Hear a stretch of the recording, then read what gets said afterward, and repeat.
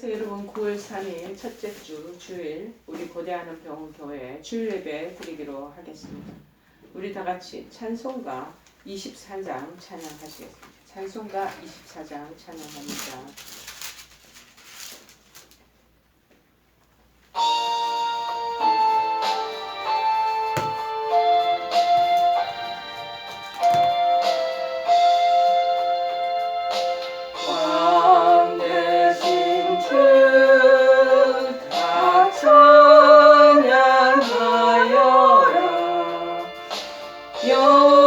영광과 존귀 주께 돌리세. 하늘 위에 높이 계신 주님, 주님의 말씀 존귀하도다. 소망의 주 다 찬양하여라.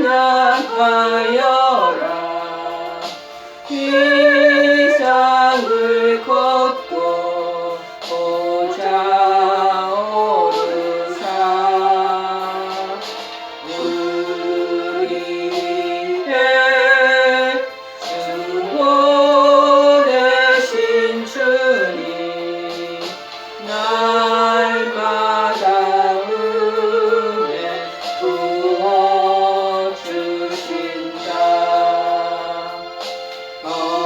거룩한 주 다 경배하여라. 선하신 주께 다 찬양하라. 천사들도 다 경배하여라.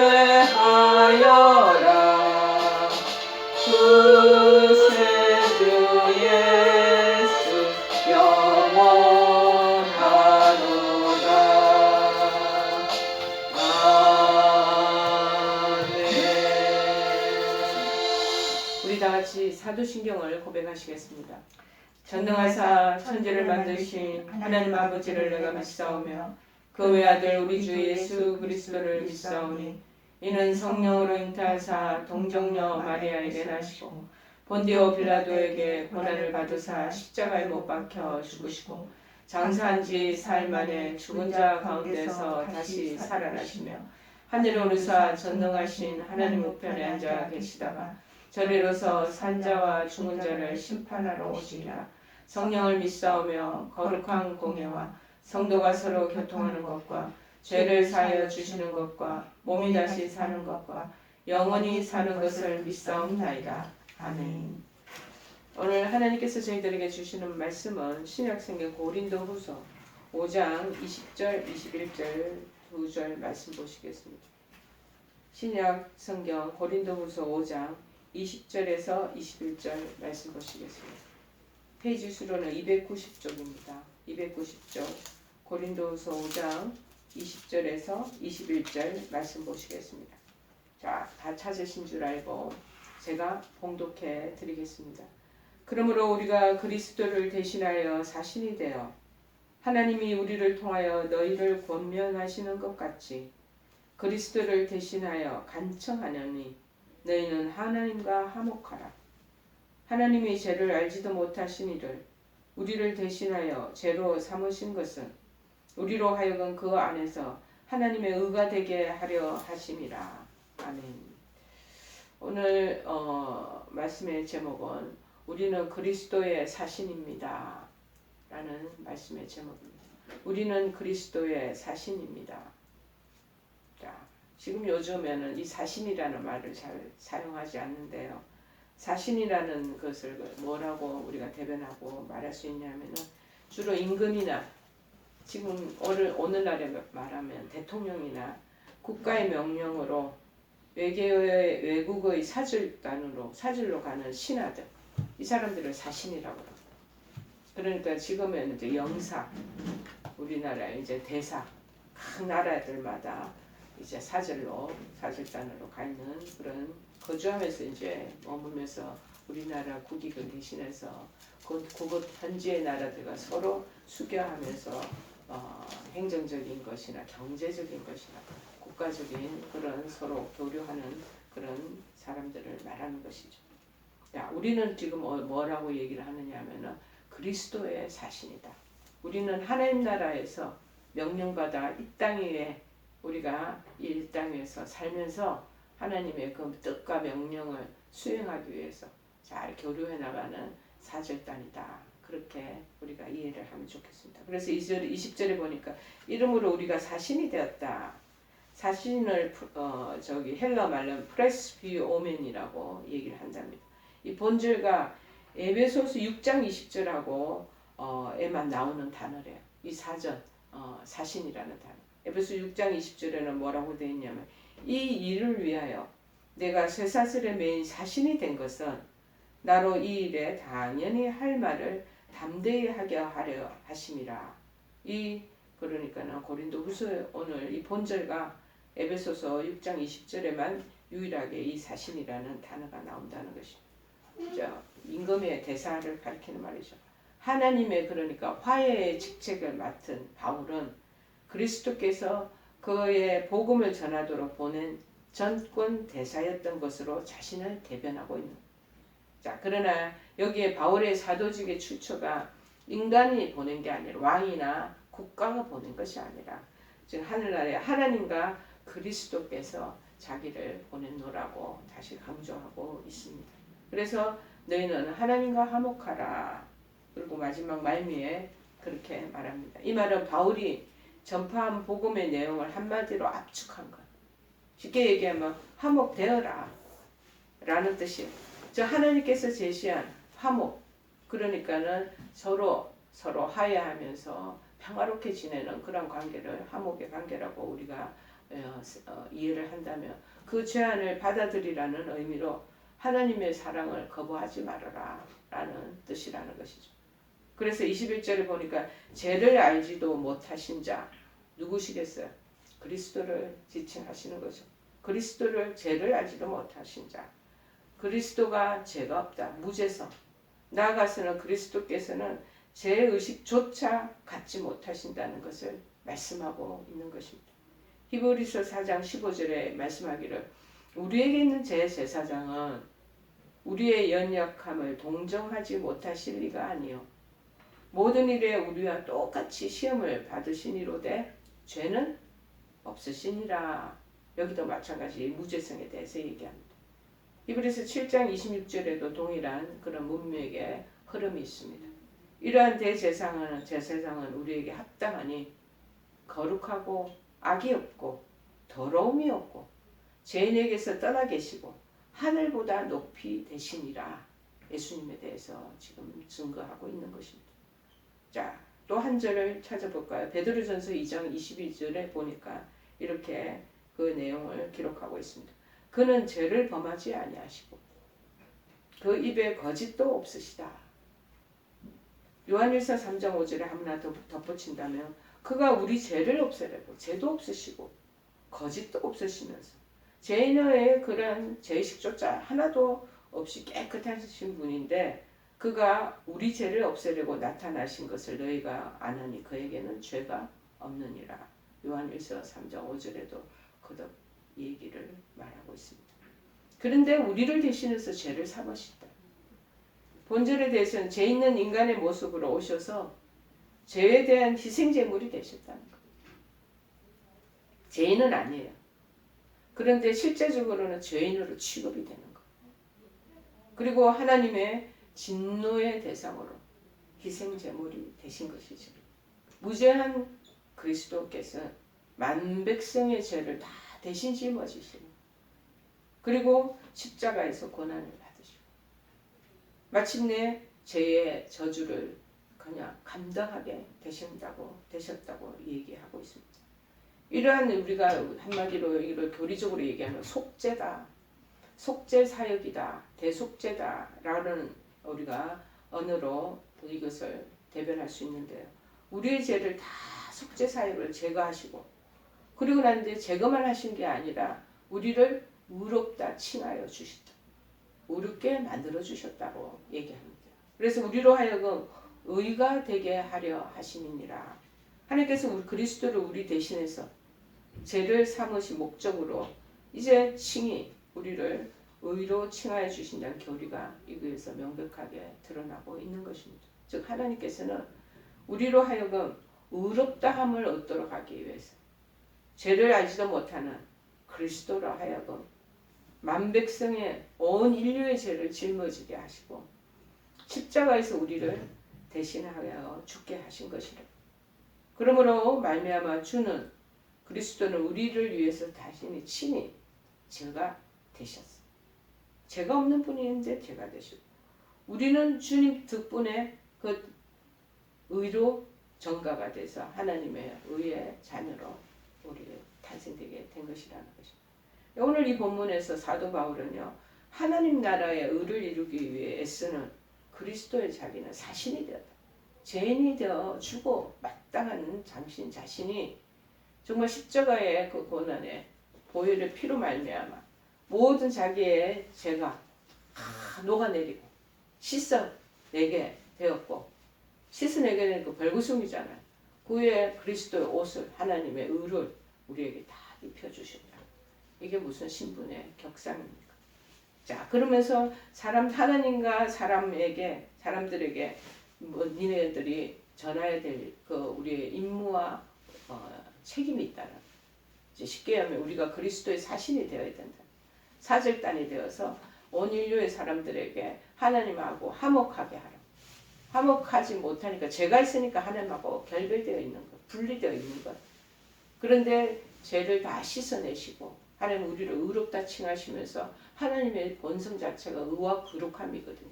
그래서 우리를 하나님의 그 바운더리 안에 소속을 딱 시켜주신 얼마나 기쁘고 이거 복된 소식입니까? 이것을 너 혼자만 그것을 향유하고 잊지 말고 온 천하에 네 주변에 있는 사람들에게 다 전하는 그런 사절단의 역할, 사신의 역할을 다 하라라고 얘기하고 있습니다. 사도 바울은 진정한 그리스도의 사신이었습니다. 그는 본래는 세상적으로 볼 때는 아주 탁월하고 뛰어난 가문의 사람이었습니다. 고귀한 가문에서 태어났어요. 빌보서 3장 5절에 일컫기를 나는 8만의 할례를 받았고 이스라엘 족속이요 베냐민 지파요 히브리인 중에 히브리인이요 율법으로는 바리새인이요. 그 당대에 그 당시에 제일 기득권자들 같이 있는 그들한 그 부류 안에 범주 안에 다 들어가 있는 그러한 사람 중에 한 인물이었습니다. 그리고 수준도 높은 수준의 교육을 받았다. 자, 사도행전 22장 3절에 일컫기를 나는 유대인으로 길리기아 다소에서 났고 이 성에서 자라 가마리엘의 문화에서 우리 조상들의 율법에 엄한 교육을 받았었고 오늘 너희 모든 사람처럼 하나님께 대하여 열심히 있는 자라 그렇게 칭합니다. 유대 사회에서는 아주 장래가 촉망되는 젊은이였어요. 자, 그래서 앞으로 그의 말년에 중년부터 시작했고 말년에 탄탄대로의 안정된 삶을 보장받을 수 있는 그런 위치에 있었습니다. 자, 사도행전 22장 27절 29절에 그에 대해서 언급하기를 천부장이 와서 말합니다. 바울에게 말하되 내가 로마 시민이냐? 내게 말하라. 이르되 그러하다.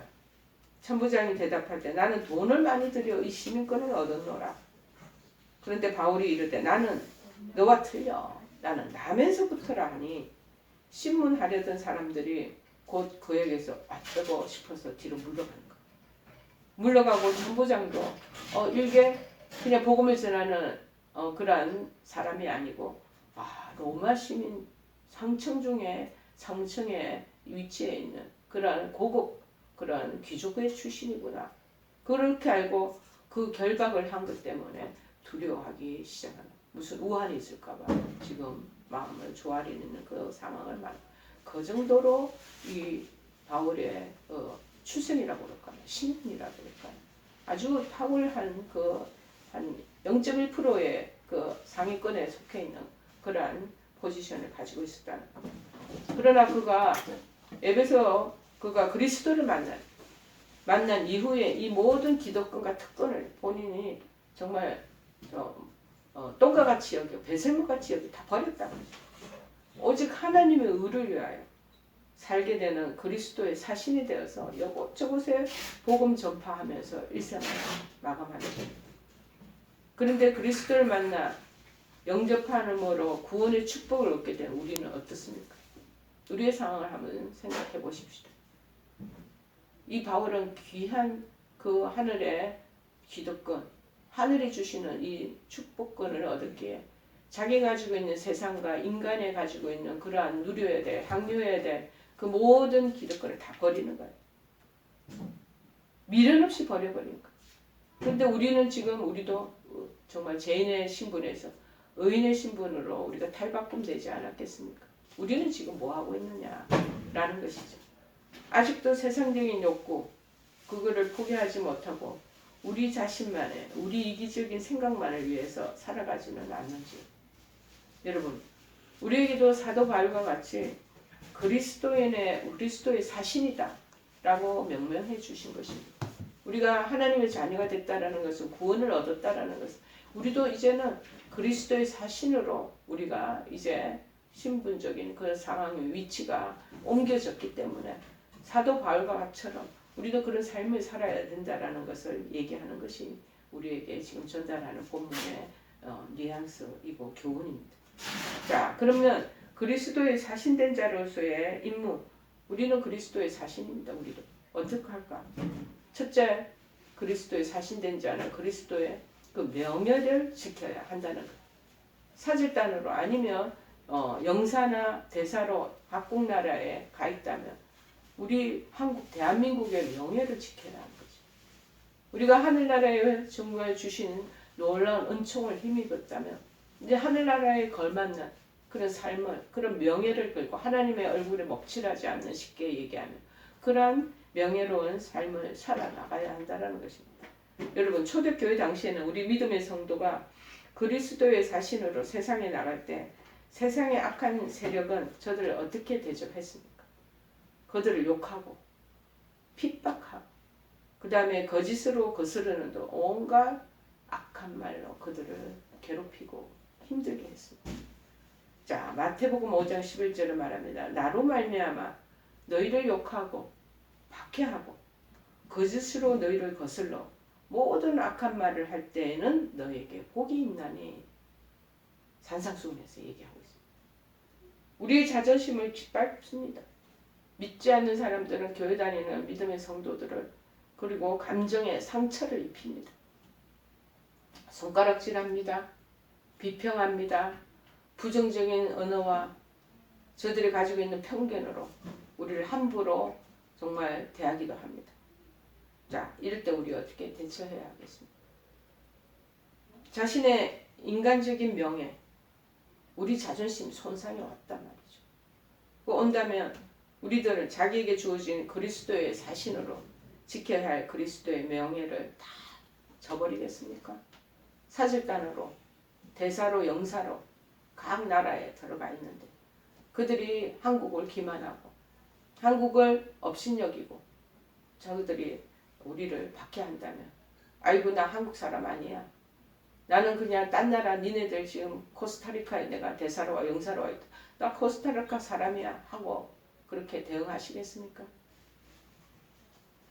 여러분, 세상 사람들과 다름없이 다를 바가 없이 온갖 감정을 다 드러내고 그들과 함께 무엇보다도 진흙탕 속에서 뒹굴면서 그들에게 대처하면서 악한 말로 맞대응하시겠습니까? 그러지 못하잖아요.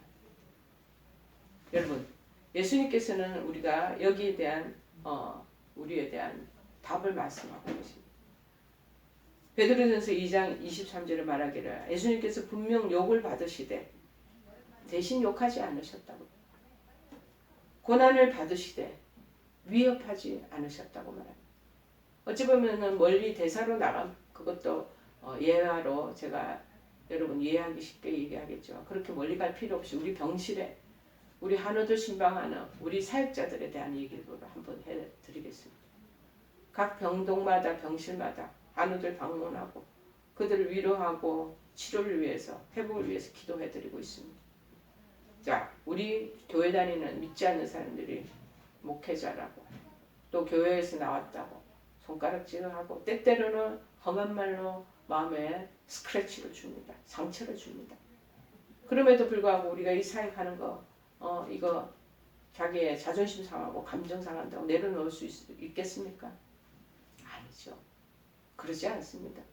저희들 그리스도의 그 명예를 가지고 저희들 가지고 있는 복음의 그 진리를 위해서 맞대응하지 아니하고 예수님이 십자가에서 그들에게 같이 저주하지 않고 욕하지 않으시듯 우리 묵묵히 해나가는 것과 똑같습니다.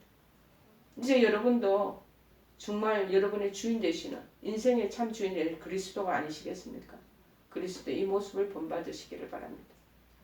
이 세상에서 그리스도의 우리도 사신입니다.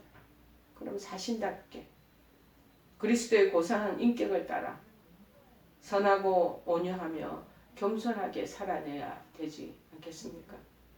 우리의 모든 모습은 예수님의 하느님의 명예가 다 달려있는 것. 그래서 우리를 싫어하고 우리를 핍박합니다. 제가 임상목회교육 CP를 할 때 우리 신대원생들이나 그렇지 않으면 전도사님들이 교육자들이 예비 신방을 그렇게 할 때가 있습니다. 그러면 이런 혹독한 세상 사람들을 만나죠. 그러면서 비아냥거리고 필요 없어요. 자존심 상하는 소리로 첫 대면할 때 그렇게 마음에 상처를 줄 때가 있습니다. 그럴 때 그 사람들이 큰 뭐라고 그럴까요? 마음에 실망을 가지고 내려와서 목사님 오늘 환자가 그래 만났는데 자기는 예수님 믿지 않고 자기한테 오지 말라고 접근하지 말라고 그랬다는 거죠. 그래서 그러면서 다음에 다른 환자들을 만날 때 발걸음 내딛는 게 용기가 없어서 두렵기도 하고 불안에 쌓이기도 하고 그렇게 하는 것을 얘기 듣습니다. 저는 이 얘기를 합니다. 너를 욕하는 게 아니야. 당신에게 지금 지적하고 그 부분에 대한 신랄한 말을 던지는 게 아니야. 우리 뒤에 계시는 예수님을 향하여 지금 손상 주기 위해서 상처 주기 위해서 그러는 거야. 우리가 예수 그리스도의 대표가 아니냐. 사신이 아니냐 쉽게 얘기하면.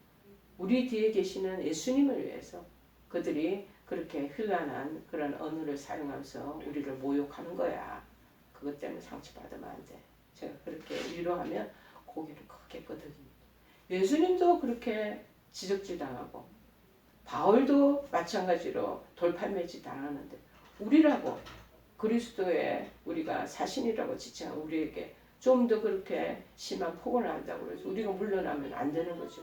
그들에게 대신 욕하는 것도 아니고 그들을 그렇게 맞상대적으로 생각하지 않고 잘 유도리 있게 대응해 나가십니다. 자, 그래서 그리스도의 명예를 온전히 지키는 것이 필요한 것이죠.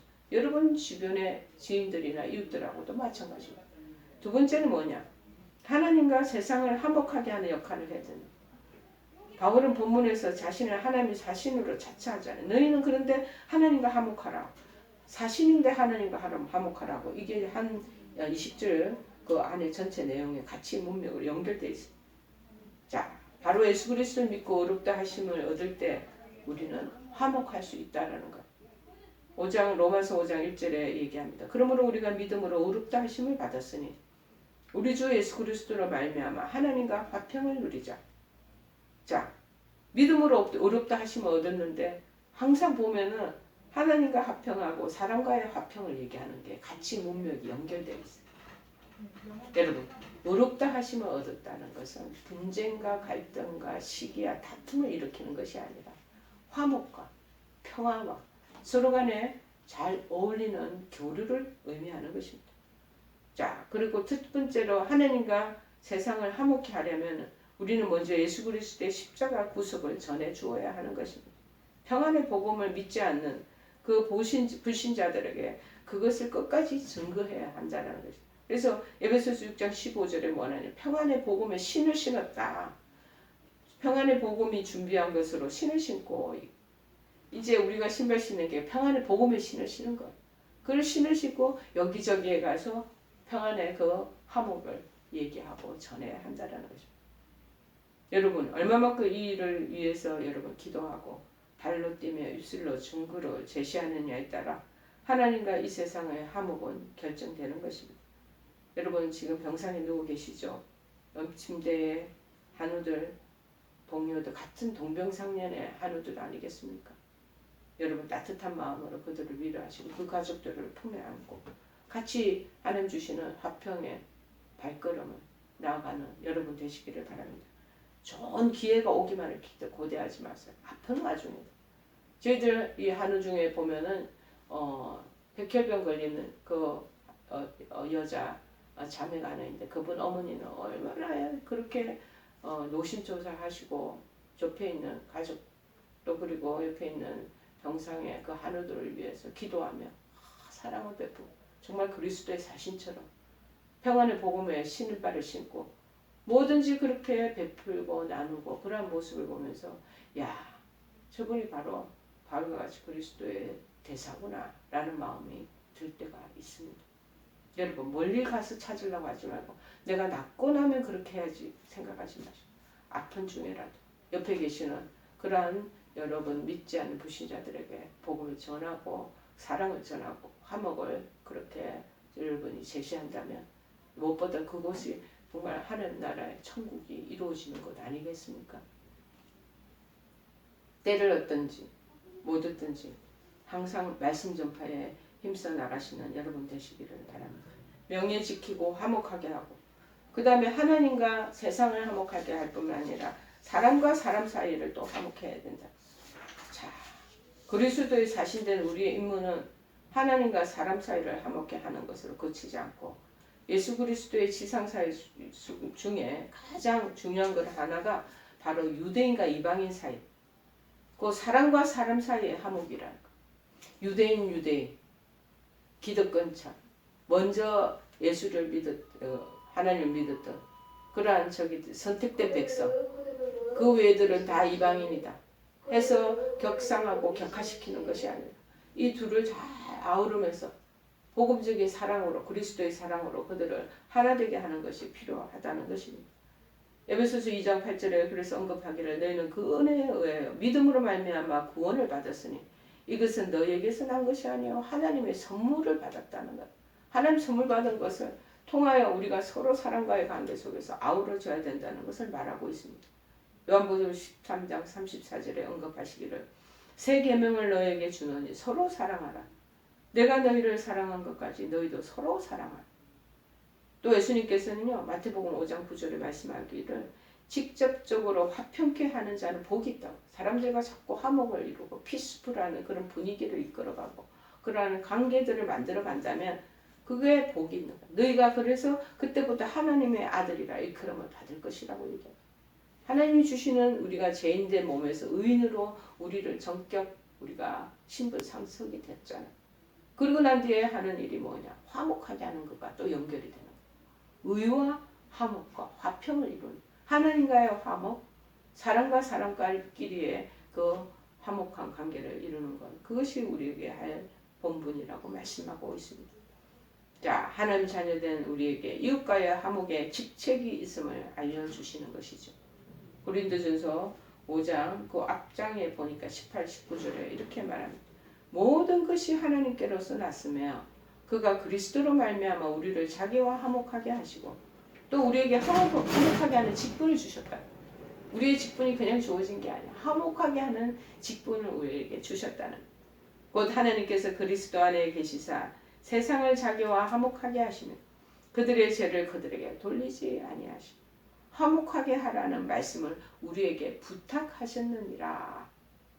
직분을 화목의 직분자로 우리를 주시고 자 화목하게 하거라. 너가 그 일들을 담당하라. 그리고 우리에게 부탁하셨다.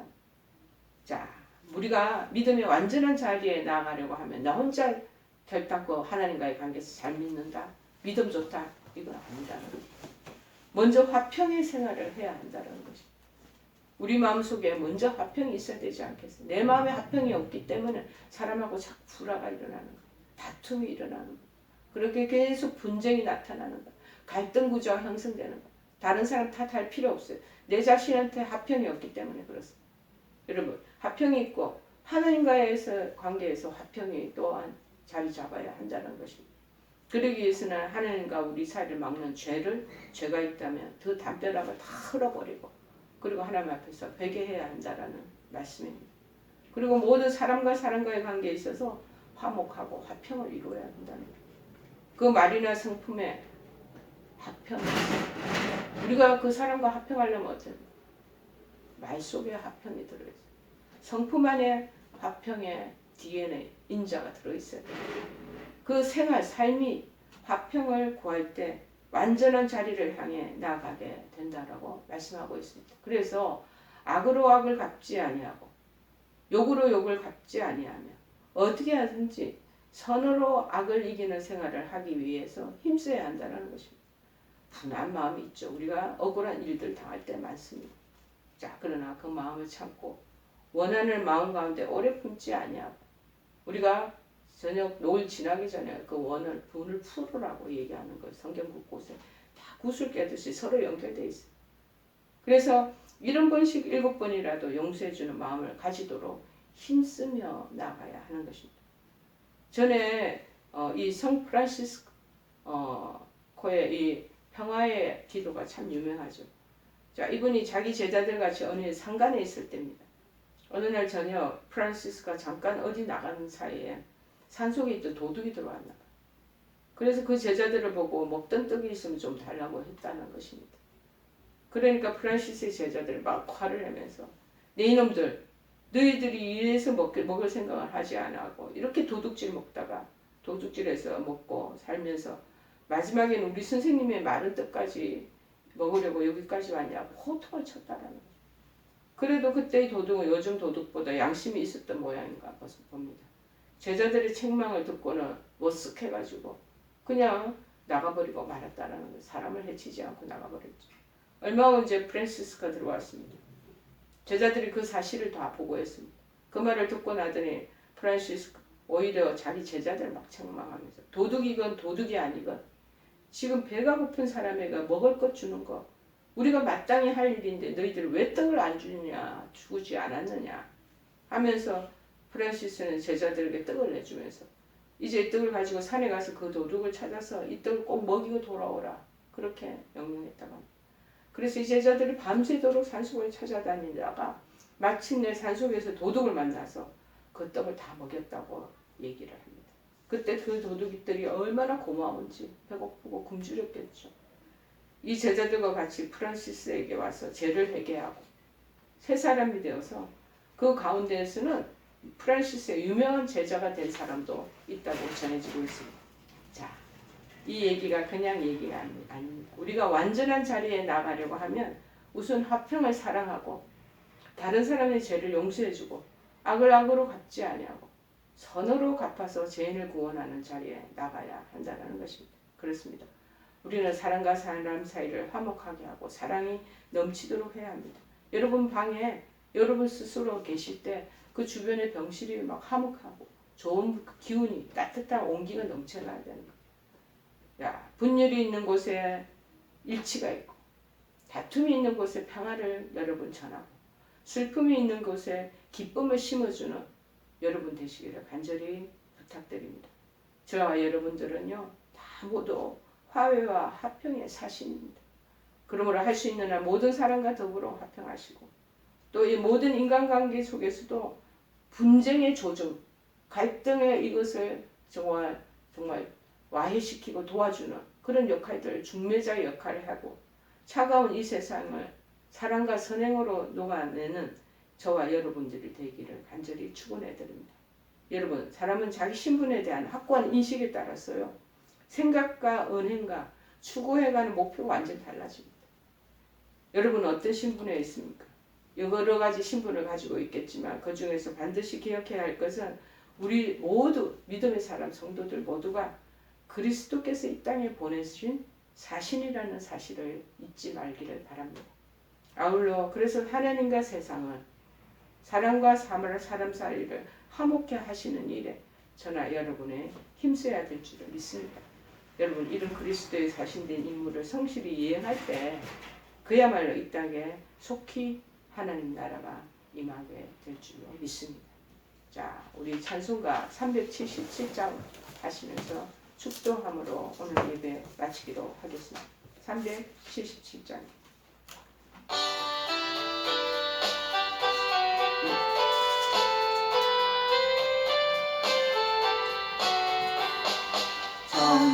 전능하신 주 하나님, 나는 순례자이니 나는 심히 연약해도 주는 강하옵니다.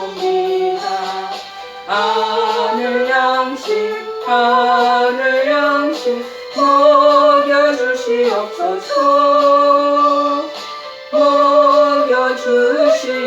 먹여주시옵소서.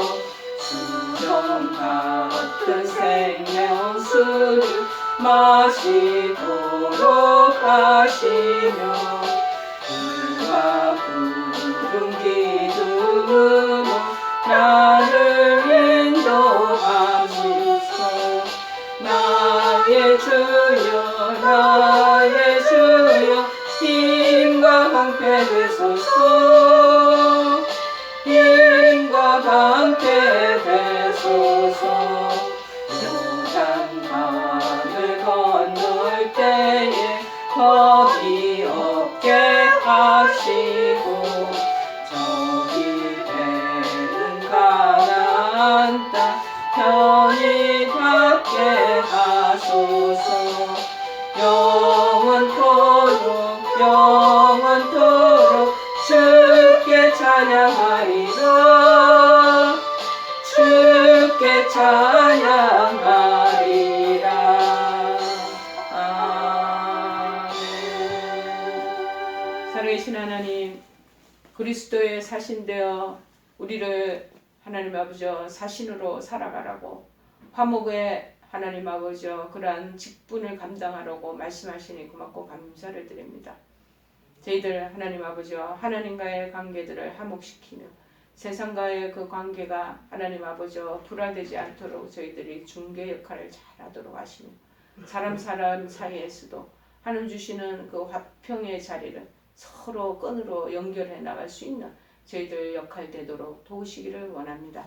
지금은 우리 주 예수 그리스도의 크신 은혜와 하나님 아버지의 지극하신 사랑하심과 성령님의 교통역사 충만하신 은총이 이제 그리스도 사신되어 화목의 직분을 능히 감당하며 그래서 마음에 하나님 주시는 그 뜻을 이루기로 결심하고 다짐하는 사랑하는 모든 한우들에게 하나님 아버지 그리고 그 가족들에게 영상 시청하는 모든 권속된 머리머리에 지금까지 주시는 하나님의 화목과 놀라운 치유가 하나님 아버지 흘러넘치기를 간절히 축원하옵나이다.